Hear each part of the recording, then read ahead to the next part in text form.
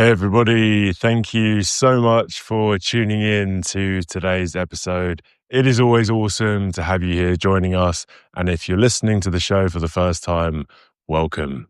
In today's episode, I'm joined by Paul Dettmann, founder of the Social Foundry, a non-for-profit social enterprise built on a powerful mission to empower communities to mentor, nurture, and equip people with the life skills they need to thrive. We explore how workplace mentoring, community, and meaningful employment can change lives, especially for those facing isolation and mental health challenges.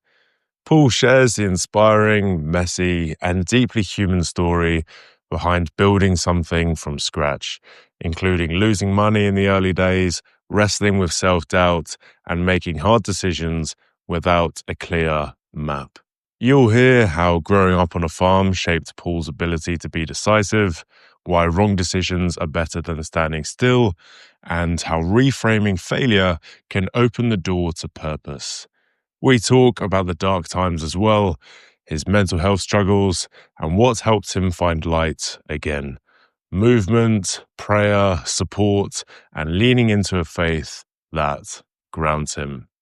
This conversation is full of wisdom on the power of community, the necessity of challenge, and the quiet strength found in vulnerability and spirituality.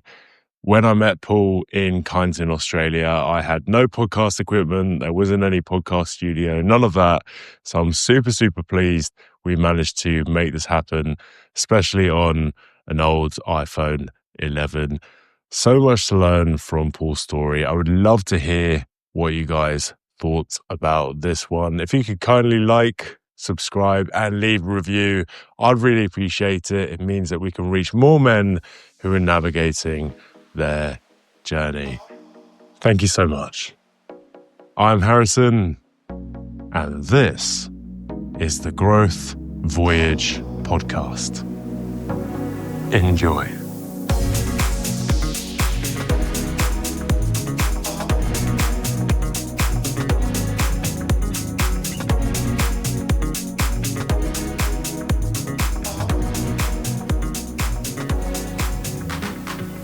All right, wicked. We'll get started. Paul, welcome to the show. Thanks, Harrison.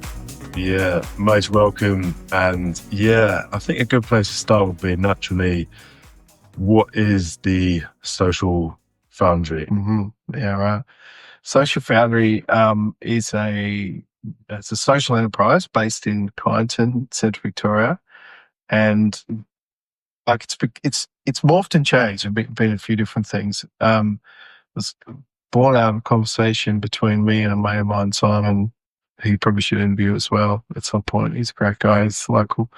Where we're just sort of thinking about workplace mentoring and the fact that so much of what wisdom would have been passed on intergenerationally in a workplace mentoring situation has potentially been lost. There's lots of opportunities that would have been around maybe generations ago that we don't have.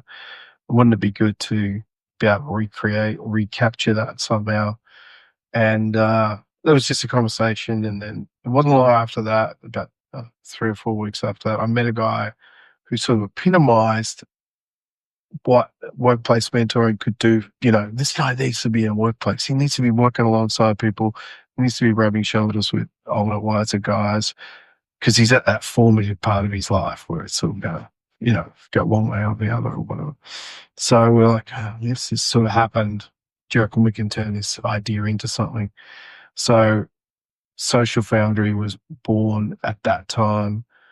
And the name really is about socially, like as a community, how do we come together? And a foundry is a place where valuable things are poured and cast into useful shapes. And, a foundry is a place of melting useful metals into useful things. And so we sort of like the idea of like forging life together into people that can contribute, will be part of the community. So Social Foundry was born then. It was born as a little company that made garden furniture effectively, trellis and planter boxes and stuff like that. But it morphed into becoming a social enterprise cafe. So as things do, sort of ebbed and flowed. And here we are, we're in the heart of Kyneton, and we've got a vibrant little cafe, probably serving 200 customers a day. Yeah, and hopefully holding some of that idea of forging and growing and learning and building community together. Oh yeah, I mean, I think it's a fantastic idea, and I've used it as my sort of remote office, if you like, for a while now. Amazing coffee and really nice sort of atmosphere you created as well. Like, see all the families coming, the kids, real sense of community here. I wonder, in terms of the sort of motivation, like you mentioned that we've sort of lost that aspect of mentorship. What made you come to that conclusion? Was that something that you valued perhaps sort of early on in your journey? What was the sort of inspiration there? Yeah, it's hard to recall exactly the conversations that we're having then, but we were thinking about I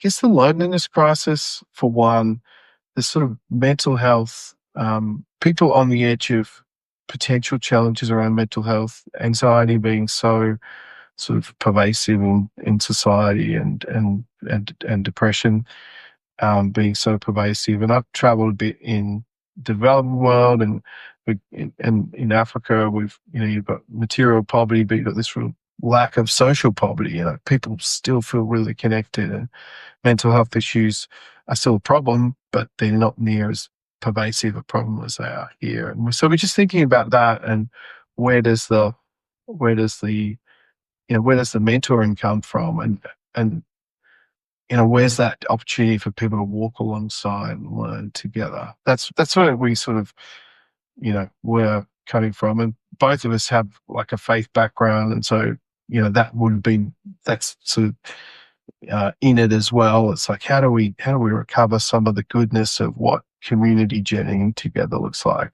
Yeah. Yeah, I mean, I definitely want to touch upon the faith aspect later as well, because I think that's a really important part of our journey here on this earth. Coming back to sort of the whole sort of mentorship type of thing, do you think there's a link then between improving mental health and just doing things? I feel like a lot of the time with mental health struggles, it's because we're stuck in our own mind, thinking about the past, and we're worrying about the future. And I just think, perhaps you'll agree, it's just something about just doing something. Because when you're doing something, you're occupied doing that thing, right? Is that the sort of mentality behind it? Well, look, I'm certainly not a social worker. So for me, it's like anything I say is like as a punter, as an observer of people. Not that, I'm not trained in this space, but yeah, I think absolutely. I think, people without, there's a crowd in the US that did something similar to us. And I love the way they put what they're trying to do. They said, we're creating pathways for young people from unemployment to meaningful employment. And I think the word they used was to bridge the intimidating gap between unemployment and meaningful employment. And I think unemployment leads to too much time in your hands, too much time on the computer, too much time isolated. And the world's so busy and, intense and striving all the time that there's not that opportunity for people just to reach out to people who have got too much time on their hands and are lonely. So how do we create that space? How do we bridge that? And I think that's what we're shooting for. So I think you probably thought about this, certainly the last few years more than I did, more than I have. But 2017, when we were starting this out, just thinking back to the challenges that we were trying to be part of solving. Yeah, absolutely. Yeah, and I wonder how that journey has looked like for you. How do you sort of get might be funding, the planning? Because on the surface, I think, we had this cool idea, and we could create this cool cafe. Yeah, just the pretty chill journey. But I'm well aware that it just doesn't happen like that. So how's that journey like for you? It's a good question. I probably should have thought about this and have all my answers more solid in my head. But Initially, it started out in my shed with one of my staff, actually, who was a furniture maker by trade, who had some time, and we're like, well, let's just carve out, a day or two of his time, and let's just give this thing a crack around the furniture stuff.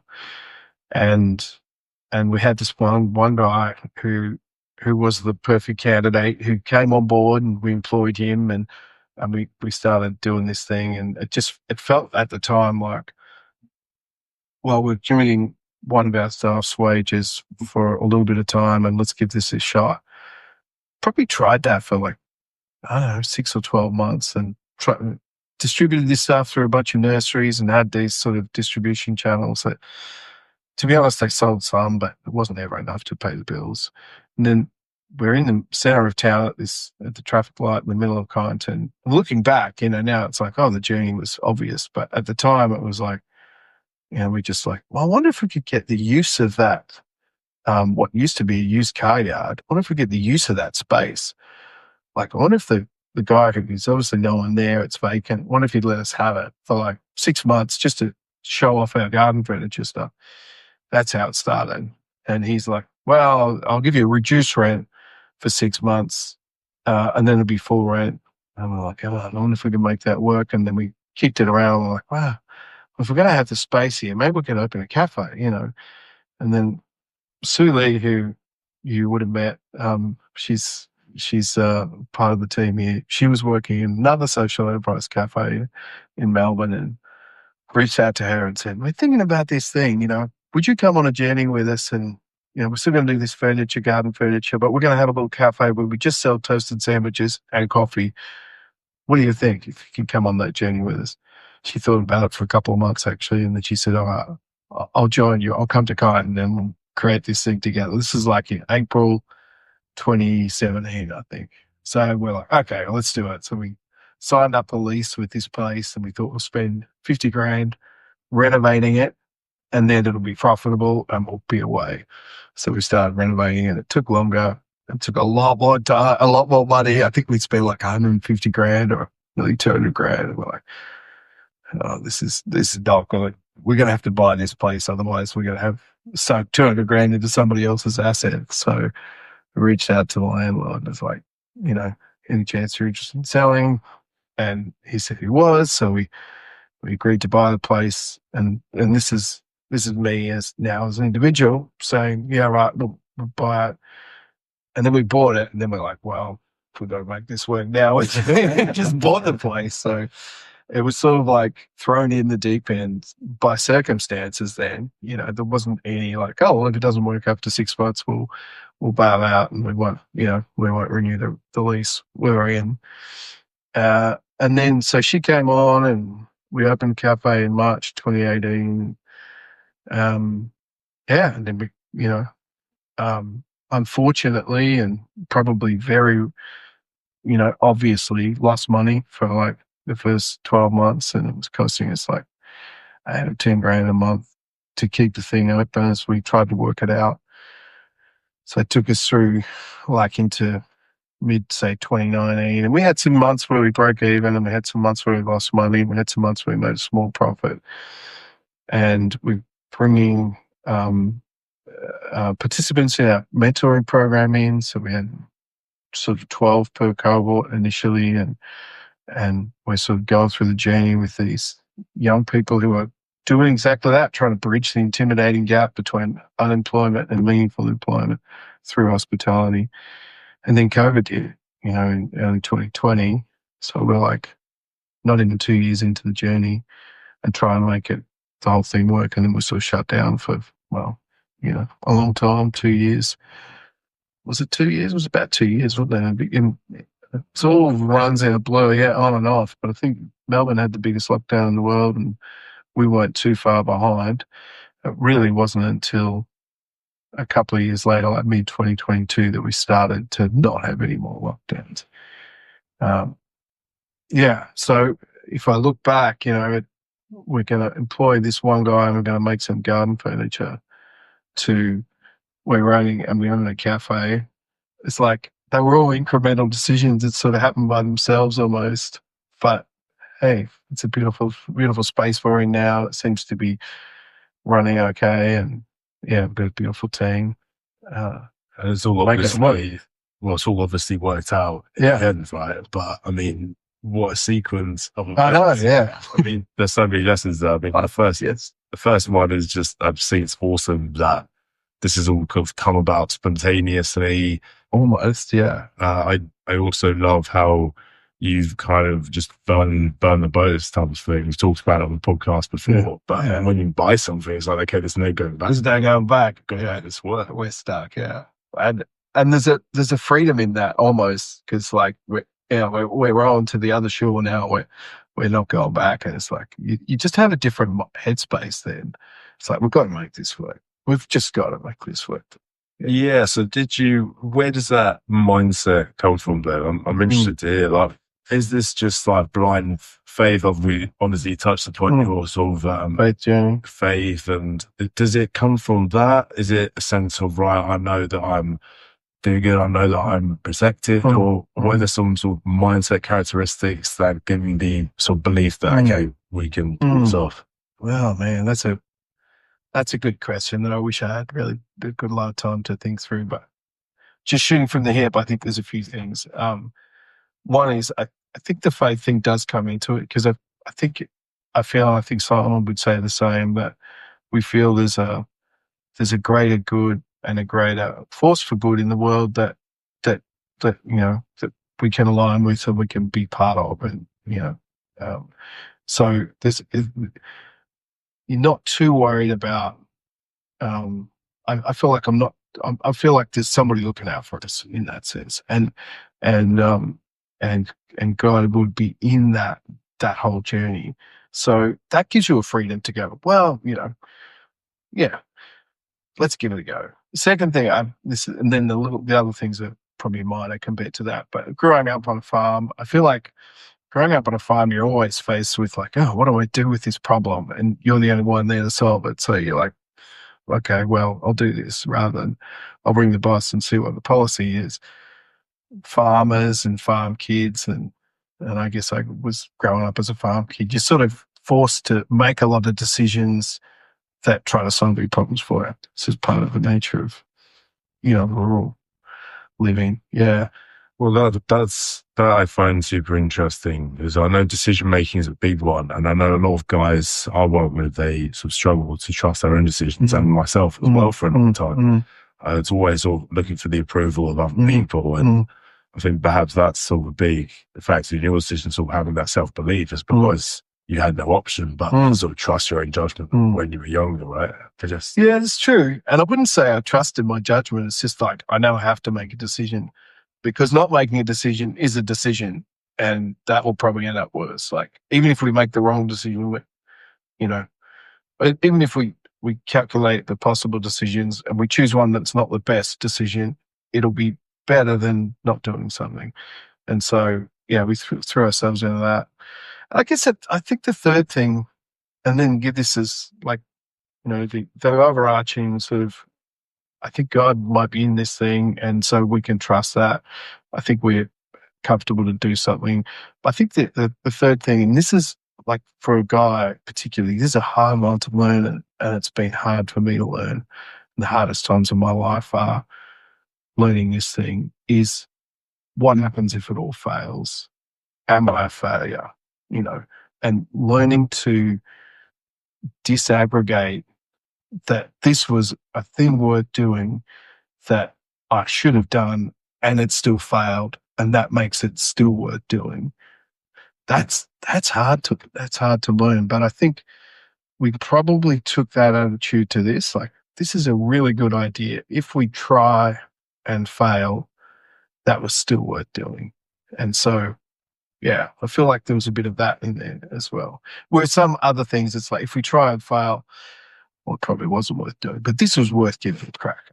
Oh, yeah, I love that. And I feel like there's almost an element of that as, okay, because you're passionate about it, and it's worth the risk, right? Like, I think that's a really important sort of mindset shift to have. It's like, right, if this is worth failing at, then okay, we might fail, but hey, it's worth trying. Yeah, even if you fail. The best stories, the biggest movies are often people who tried and did something noble and failed, and you're like, there's still something of substance in that failure, something big of substance. Oh, for sure. I mean, this is something I think about, and I try and tie into my decision making. It's like, okay, right, what will make for the cooler story? Yeah. When you look back, okay, like, I did this with a small budget. I just tried this random thing. I think it's the stuff you don't do. Yes. That you don't know. That's the ones that regret. Yeah, exactly. The safe option of doing nothing. Oh, absolutely. So I guess in your case, then there wasn't. I mean, there must have been like an element of self-doubt, perhaps. Oh, yeah. Just. Oh, there still is every day. Every day. I think I'm like, oh, I really. Is this really like? Yeah, it's always there. That's the big one for me. And if we're talking about mental health, if that's a thread to the podcast, and I think you were saying it was like, I have one big sort of mental health dark period, which was like three years ago. I think it was like 2021. Yeah, it was 2021. Like it started like, I think it was April 19 that it started at 2021. I'm like, how could I draw a line that clearly? But and sort of went up in about the end of June. So I had about 6 weeks of pretty bad anxiety. I've never had anxiety before. And I think lots of things that led to the resolution of that. We could talk about that. One of them was doing stuff actually with my hands, physically working really hard on a project that needed to be resolved. But the anxiety was really about, what if this fails? Does that mean I'm a failure? Because I was feeling like I'd made a few decisions in business. This is not with Social Foundry, but where we'd bitten off a few projects, and suddenly, after fighting and fighting and fighting to get them operationalized, they all came online at the same time. And I felt that maybe we'd made the wrong decision about some of them, and they were going to sink everything else we'd done. That was the anxiety anyway. That's how it felt. I was like, how could I have been, so stupid as to cause my own quote unquote distraction, the failure of my business. Now, there was a lot of other things. My dad went through, had a heart attack. He was in hospital. He almost passed away during that time. That fed into it. There was a fair bit of other stress at work. It was just, and it was in the middle of COVID, and we couldn't actually deliver on our projects because we weren't allowed to move. We had a big project in New South Wales, and we weren't allowed to go to New South Wales and all that. So, but I think that the underlying thing that I had to realize and reconcile was, what does it mean when I've tried something really big and decisions I made cause it to fail? Does that mean I'm a failure?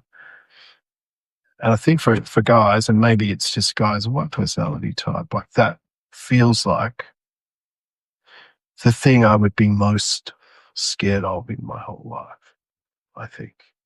Yeah, never said this to anyone. We hardly know each other, but to say that to you, like, I'm really keen, and I'm sure I'm not alone in that. That's the biggest fear. It's like, yeah. Oh, I can imagine. Yeah, thanks so much for sharing that. I think that's a really important point. I think there's that deep, and you'll cover all the layers. Yeah, what is he was really fearful of? Yeah, there's a real core wound there, and yeah, it's one of the main things I try and notice in myself now. I've been studying the difference between sort of intuition, whether it's like your intuition or whether it's just a thought that's scaremongering you. And the conclusion I got was, all right, if it's like a loud, fearful voice, then that's fear and you don't need to listen to it. That's not your intuition. Yeah. And that's really helped me during those times, just having that, okay, it's fear. Just acknowledging that it's fear. That's fear. Can take you out. And that disarms it, just acknowledging it. Is that, how did you, when you're in that dark period then, how were you, I know you said you were moving stuff a lot, were you out and about? How did you? How did I resolve it? Yeah. I think this is pretty pretty close to personal, close to the bone personally, is how I resolved it. I did get a bunch of guys around me, and I really asked them to like come around me and pray with me. Like, so there was a spiritual part to it. And I felt like the two other parts that fell out of it were, one is, I actually actually really thought about what the worst case scenario would actually look like. If this really happened like this, what would it actually look like? And it wouldn't be like in the movies, where people get, you know, violently humiliated by, their circumstances or whatever. It would be a very human, slow journey of resolution with people around you. And I came to the sort of unpacking it piece by piece. What would it actually look like? Came to the decision that it would actually be, in many ways, a beautiful thing, even though it was a really difficult thing. And that disarmed the thing. I think, thirdly, we sort of mapped out, I got an advisory board, and we mapped out the pathways that we take under and clarifying, and I guess, ordering the potential scenarios and what we do in different scenarios. That was really helpful. And then finally, I think actually getting to work, like getting to physical work and getting tired at the end of the day and being focused on, we had to plant like 60,000 trees on a property in New South Wales. Had to move for a month up there, to travel up there for a month and, working with a bunch of guys, working hard all day, every day, planting 60,000 trees, negotiating the COVID stuff of how far we could drive and what we're allowed to do and where we're allowed to go. It was like almost an adventure. It's like we're deployed to a foreign country and we're trying to, do it in ways that were way harder than it should have been any other time of, the last 50 years probably. But physically working hard was great. Oh, yeah. So those 4 things, that were my 4 ways through it. And then it sort of evaporated like a mist, and then back to life and work. And it was like, we can work this out. Yeah. It's really funny, isn't it? It's almost like, okay, right, we're really fearful of this thing happening. What actually happened? Yeah, exactly. If that thing happened, and I think this is something that I've worked on as well, right? Okay, like the fears come up, right? Yeah. What would actually happen? How does that look like? What are 10 benefits of this actually happening? That's right. And you're like, okay, cool. Right, maybe we take some pressure off. Yeah, maybe it takes some time off. Yeah, it might be meant for you if you need it for a spiritual sense or what have you. And I also think the movement part is key, as we've discussed a couple of times as well. So yeah, I really, really enjoyed that. Yeah. And I'd love to ask if you look back on that now. Yeah, and as a beautiful time. Yeah. Yeah, I do. Yeah, it was a beautiful time with the guys. And the guys who were pretty much all my kids' age. We were away because my son was with me for one, and then a bunch of his sort of friends ended up with me on this project. So, and then a couple of older people as well, but the work was mostly done by the young guys. So, yeah, I do look back, and I have a bond with these young guys that we went through this thing together, and sort of like we went to war together. It's like they'll always be with us, and they talk about it too. It's a really special. It was a hard project because of COVID, because we had to go and pick up all these trees, and we couldn't have them delivered, and we had to improvise the way that worked. And 60,000 trees is a lot of trees, and we had breakdowns and all these things. And but going through all that together, yeah, it's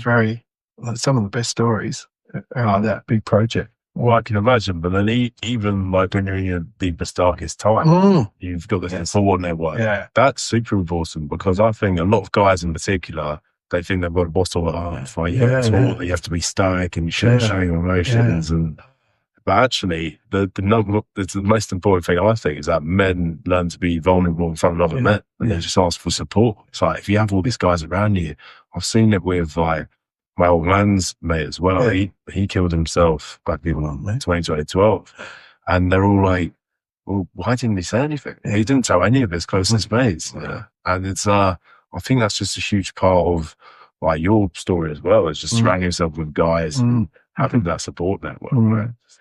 And they weren't my close mates. Like, I feel very blessed that I've probably got a dozen really good mates. And but these were all my kids, my son's mates. Like, my son's like 28 now.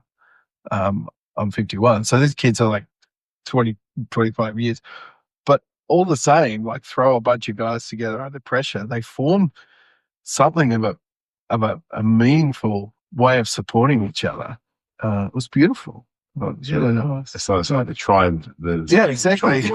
Yeah. It's like out fighting the dragon. You know, the tribes out fighting the dragon together.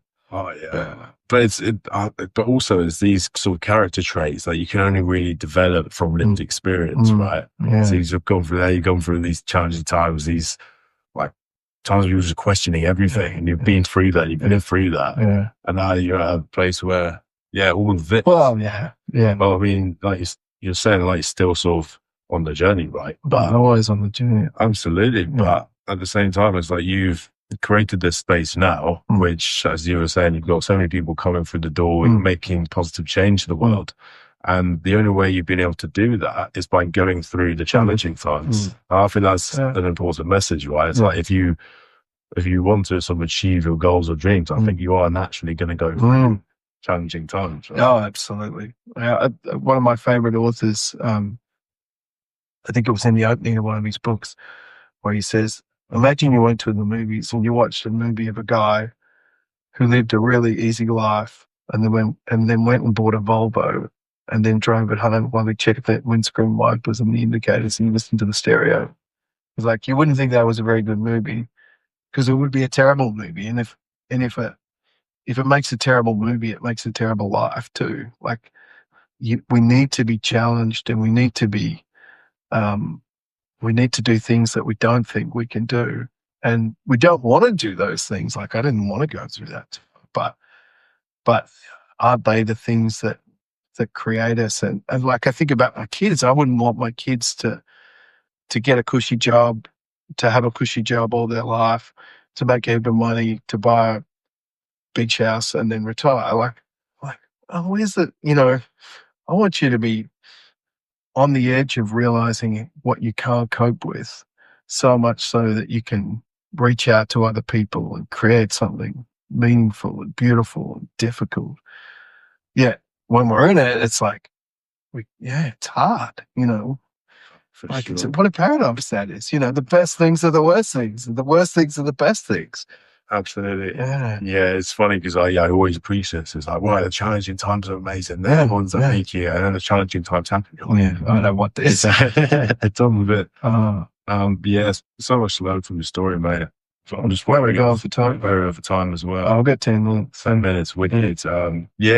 We'll go into these sort of closing questions soon as well. But I think you touched upon something there in terms of like what you want your kids to do as well, and want to follow something passionate, go through, just try stuff out, and even fail perhaps, and go through their own arc of sort of realizing who they are.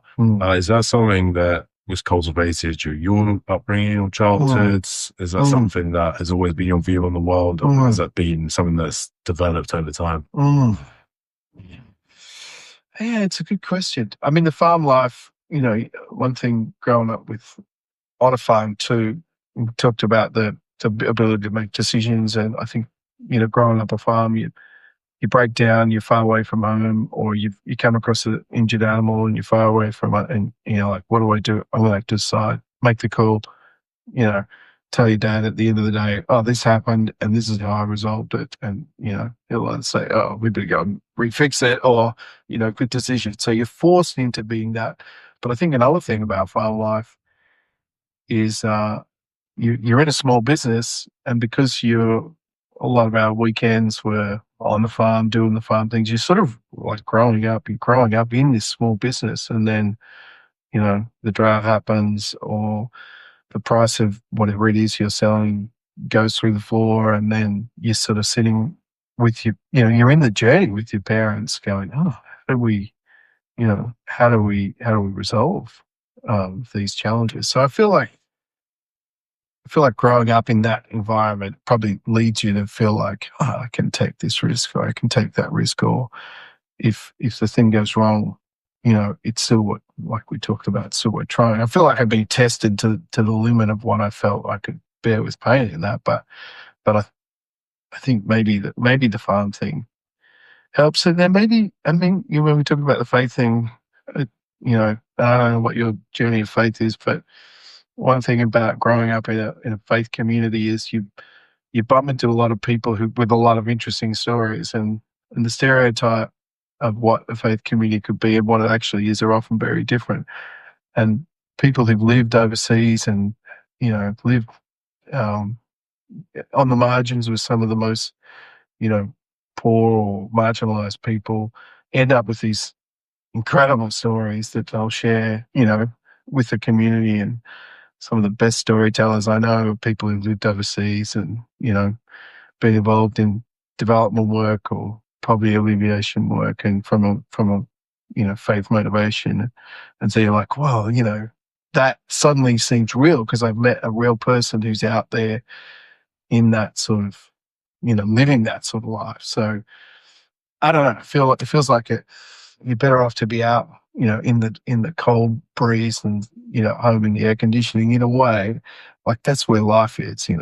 For sure. And yeah, I've certainly found it myself when I'm lifting heavy stuff. I feel you feel real. Yeah, have to not even in nature, mate. But yeah, I used to own a gym equipment business. Yeah, right. When we're moving stuff out of storage, just moving all these barbells. Yeah, putting your body through difficulty. Oh yeah, feels good. That's why I like these strongman workouts at the gym because you feel like you're just moving heavy stuff. There's like primal aspect to it, and yeah, I really wonder how people can cultivate that sort of spiritual aspect, religious faith, whatever you want to call it. Because I think it's a huge part of our growth as human beings. I think is almost separating yourself from your mind, your thoughts, and being connected to something great, something bigger. Yeah, because and then also just in terms of your sort of life mission as well, when you make it about other people and not yourself, there's something so rewarding about that as well. Right? And suddenly the world is your oyster rather than just your own little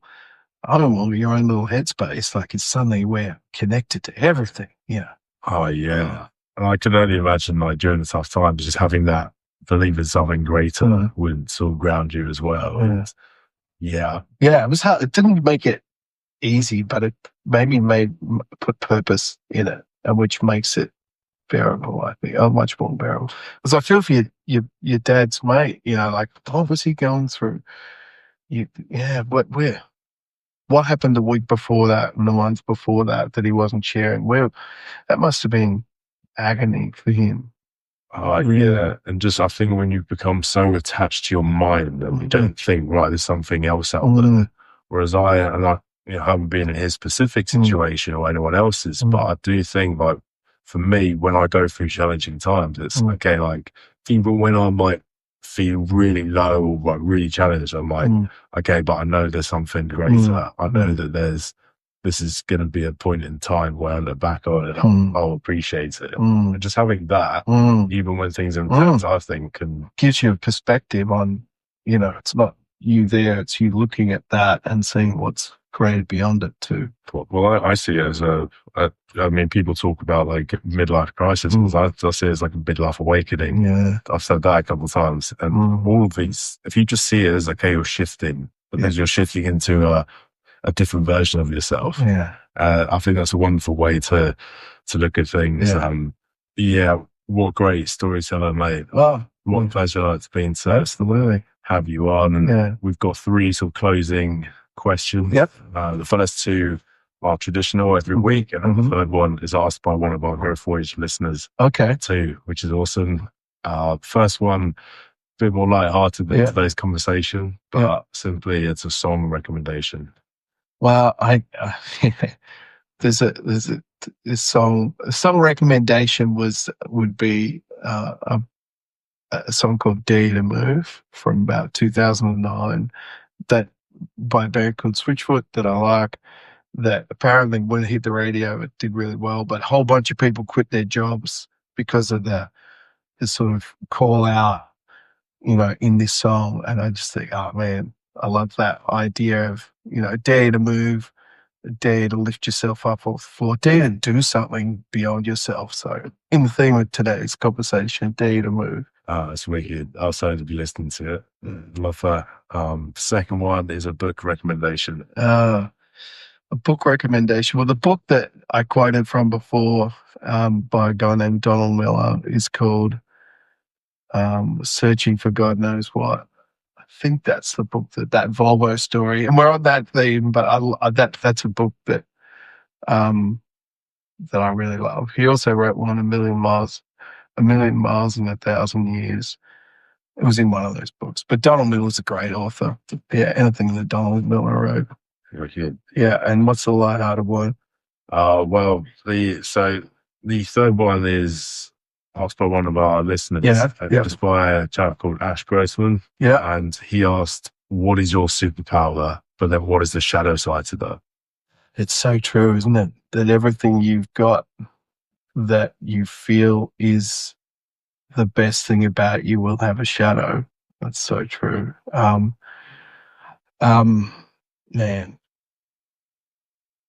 I look at my team, and we're a team of now like 50, and we've got a few different teams. And if you added all the teams together that I'm sort of part of, it'd be like, maybe 80 people. And I look at all those 80 people, and every one of them does stuff that I couldn't do. And I'm like, how did I end up being like the instigator of a thing that is made up of people who are much better than me at most things? And so if I try to peel that back to, well, what is it that I bring? I think if it's called a superpower, it's the willingness to ask the question, is there a better way to do this? Is there another way we could do this? Could we think about this differently? What if we took that thing over there and that thing over there and we put them together? That's sort of in meetings, that's the thing I end up doing. But I'm always late to the meeting. I never take good minutes. I don't follow up, all that. But the thing that I sort of pull together is that what if moment. And then the shadow side of that, I think, is, in business anyway, you need to overcompensate. If you're starting a business or leading a business, you still need to overcompensate in your shadow. But that is, I lack systems. I lack structure.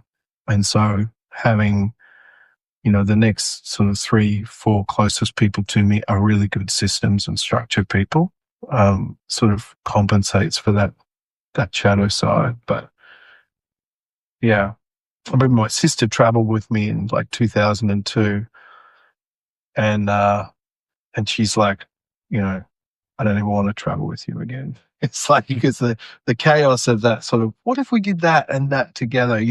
There's never any structure to the way I'm. Yeah. So that's the shadow side, which I don't see that. Everyone around me sees. It's starting to work with.